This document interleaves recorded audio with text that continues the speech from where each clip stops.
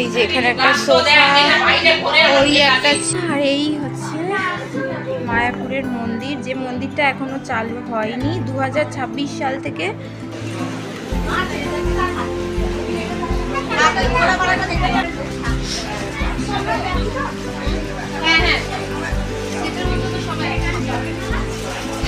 Hello বন্ধুরা, সবাইকে আবার স্বাগত জানাচ্ছি। এখন বাজে বিকেল 4:10। গুড মর্নিং বন্ধুরা, সকলকে শুভ সকাল। আজকে এখন বাজে সকাল 6টা।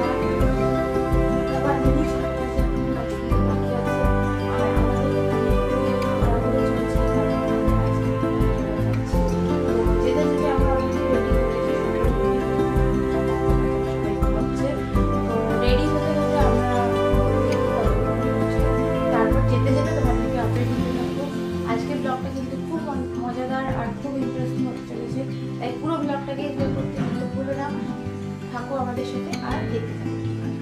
চলো আমরা তাহলে বেরোচ্ছি। এই যে সবাই এখানে গাড়ি করে যাচ্ছে, বাবা মা এরা সব গাড়ি করে চলে যাচ্ছে, শুধু আমি আর আমার হাজব্যান্ড আমরা যাবো বাসে করে। তো চলো যেতে যেতে তোমাদের সাথে কথা দেখে নিচ্ছি।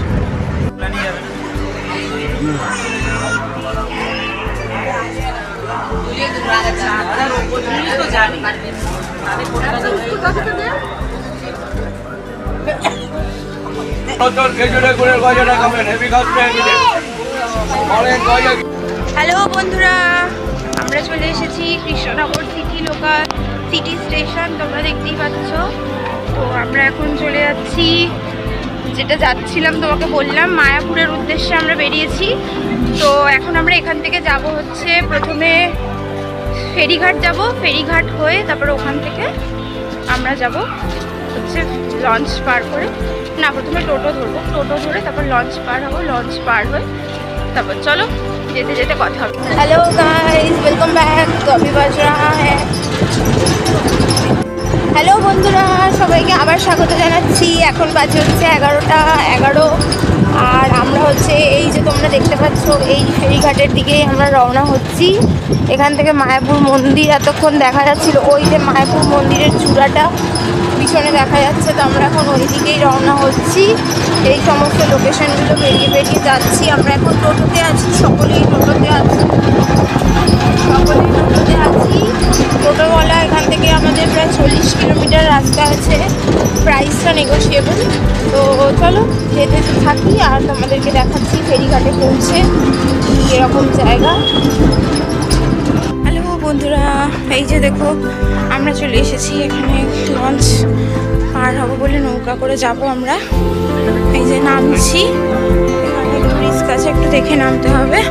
এই যে আমাদের এটা নৌকা, পার হেড 6 টাকা করে টিকিট নিয়েছে নৌকাতে।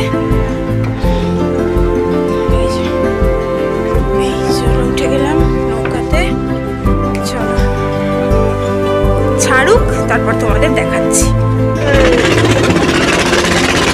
হ্যালো বন্ধুরা, এই যে আমাদের নৌকা ছেড়ে দিয়েছে, বটবটি বলে এটাকে, এটা ছেড়ে দিয়েছে। তো আমরা এই আমাদের নৌকা এটা ঘুরছে জাস্ট, আর এদিকের ভিউটা দেখো, দেখো তোমরা জাস্ট। তো কিছুই না, আমরা জাস্ট এই ঘাট থেকে ওই ঘাটে যাব, ব্যাস, আর কিছুই না, 5 মিনিটও হয়তো লাগবে না। তো এই পর্যন্ত তো তোমাদের দেখালাম, কিন্তু আসল মায়াপুর মন্দির এবং আরও অনেক কিছু তোমাদের সাথে শেয়ার করার আছে, যেটা তোমাদেরকে দেখাতে আমার একটু সময় লাগবে। তো তোমরা কিন্তু আমার সাথে অবশ্যই থেকো আর দেখে থাকো আমার পুরো মায়াপুরের ব্লগটা। যদি ভালো লাগে তাহলে কমেন্ট, সাবস্ক্রাইব আর লাইক করতে ভুলে যেও না। তো চলো আমরা তো এক্ষুনি নেমেই যাবো। এই যে আমাদের নৌকা অলরেডি ঘুরছে, আমরা যাবো এই ঘাটে, ওই যে ঘাটটা দেখছো, এই যে এই ঘাটটা, এই ঘাটে আমরা যাবো, দিয়ে ওটা পার হয়ে নেবো। দেন আমাদের তারপরে আমরা আমাদের হোটেল খুঁজবো, হোটেল এখনও খোঁজা হয়নি। দেখো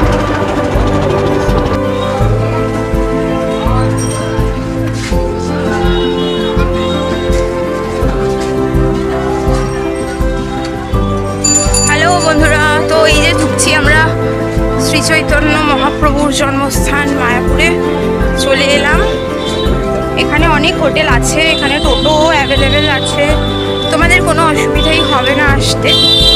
শুধু বলবো যে তোমরা একদম এই নেমেই যে টোটোগুলো এইগুলো বা এই হোটেলগুলো নিতে নিও না। আমরা কোথায় হোটেল নিচ্ছি তোমাদেরকে দেখাই। আর এই যেতে যেতে এখানে অনেক মন্দির টন্দিরগুলো আছে, তবে প্রথম দিন এসেই একটু রেস্ট না নিয়ে, যদি অসুস্থ মানুষ থাকে, ছোট বাচ্চা থাকে, তাহলে একটু সমস্যা হয়ে যেতে পারে। সেক্ষেত্রে তোমরা একটু রেস্ট নিয়ে তারপরেই আমার মতে বলে আবার বেরাও।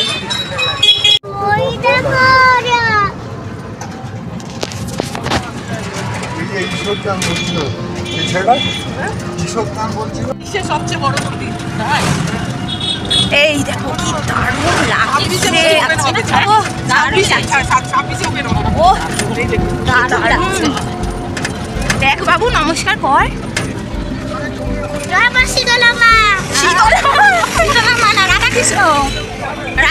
হ্যালো বন্ধুরা, এই আমরা চলে এলাম মায়াপুর শ্রী চৈতন্য মহাপ্রভুর জন্মস্থান। পিছনে যে মায়াপুরের যে আসল মন্দিরটা তোমাদেরকে দেখালাম, সেই মন্দিরটায় এখন বর্তমানে কাজ চলছে, তাই ওখানে প্রবেশ করতে দেয় না। এইটা হচ্ছে গদা ভবনের গেট। এই যে এইটা হচ্ছে গদা ভবনের গেট। গদা ভবন মানে এখানে তোমরা ধরো ধরো তোমরা এখন এই সময়টা এলে, মানে আমরা যে টাইমটা এসেছি 12টা, সারাক্ষণই এখানে কুপন মোটামুটি পাওয়া যায়, ঠিক আছে। তো এই যে পুরো এই রাস্তাটা হচ্ছে নামহট্ট ভবন, গদা ভবন, এখানে আরও অনেক আছে থাকার জায়গা। এখানে তোমরা খাবার কুপনের স্লিপ টিপ সব পেয়ে যাবে, খেতে খেতেও পারবে। পিছনে মায়াপুর মন্দিরে তো কাজ চলছে, ওটা তো 2026-এ, যেটা চন্দ্রভাগা মন্দির যেটা, ওটা। তো চলো কুপনটা কাটি, তোমাদেরকে দেখাচ্ছি।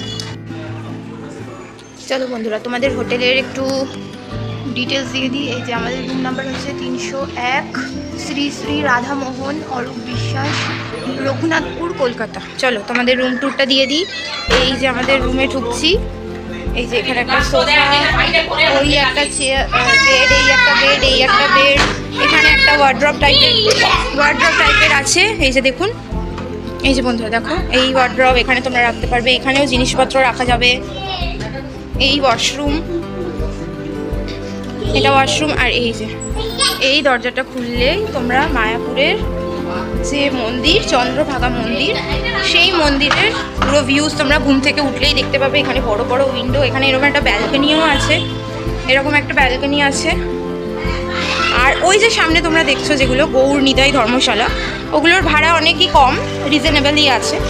তো মোটামুটি এই মন্দিরের ভিউজ যদি ঘুম থেকে উঠে একদিনের জন্য তোমরা উপভোগ করতে চাও, তাহলে আমি বলবো এই হোটেলটিকে অবশ্যই এসে একবার দেখে যাও। এটা রাস্তার একদম উপরেই আছে, কোনো প্রবলেম হবে না। আমি তোমাদের সমস্ত ডিটেলস শেয়ার করে দেবো যদি তোমাদের লাগে এই মন্দিরে এসে। বন্ধুরা, এটা হলো গদা ভবন, যে গদা ভবন এখানে খুবই ফেমাস। তো এই হচ্ছে গদা ভবনের গেট, একটা বললাম তো কিনে দিতে। এইটা হচ্ছে গদা ভবনের গেট, আর এই হচ্ছে গদা ভবন। এই যে এখানে লেখাই আছে, তোমরা দেখতে পাচ্ছ। আর ওই যে ওই দিকের যে রাস্তাটা দেখছো, ওইটা হচ্ছে এন্ট্রি।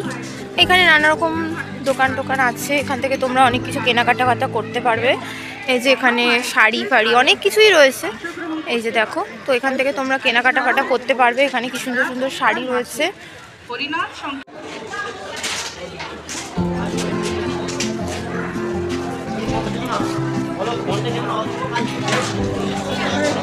ওখানে দাঁড়িয়ে ছবি তো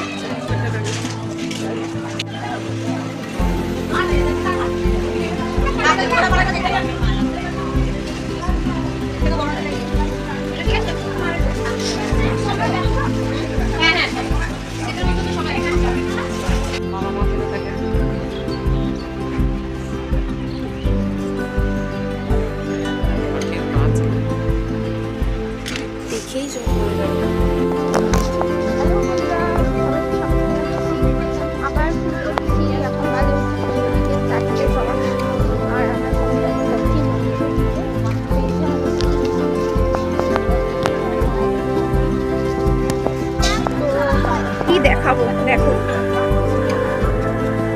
সবাই, দেখো সবাই দেখো। তো চলো আমরা মন্দিরের দিকে যাই। এই হচ্ছে আমাদের মায়াপুর মন্দির। এখানে এখন 4:30 থেকে সন্ধ্যা আরতি হবে। তো ভিতরে তো ফোন অ্যালাউ নেই, ক্যামেরা ফোন কিচ্ছু অ্যালাউ নেই ভিতরে। জুতো খুলে রেখে আসতে হবে, কিছু অ্যালাউ নেই। তো আর তোমাদের সাথে কথা হবে না। তো এই সময় আমরা সন্ধ্যা আরতি দেখতে প্রবেশ করবো মন্দিরে, ওইখানে জুতো রেখে আসতে হয়, এটাই এখানকার নিয়ম। তো চলো আবার সন্ধ্যা আরতি দেখে তারপর তোমাদের সাথে কথা হবে। হ্যালো বন্ধুরা, আমরা চলে এসেছি, সকলে ফিরে এসেছি। এখন বাজে হচ্ছে 9টা।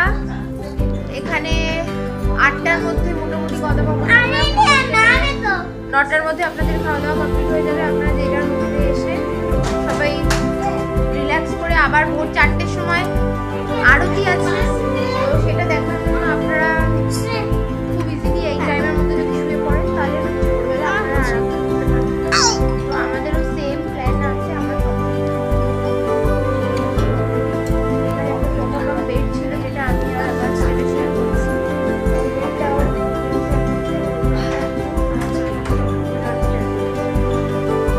মোটামুটি আজকে দিনটা ভালোই কাটলো। তো চলুন আবার কালকে সকালবেলা ভোর 4টের সময় দেখা হচ্ছে।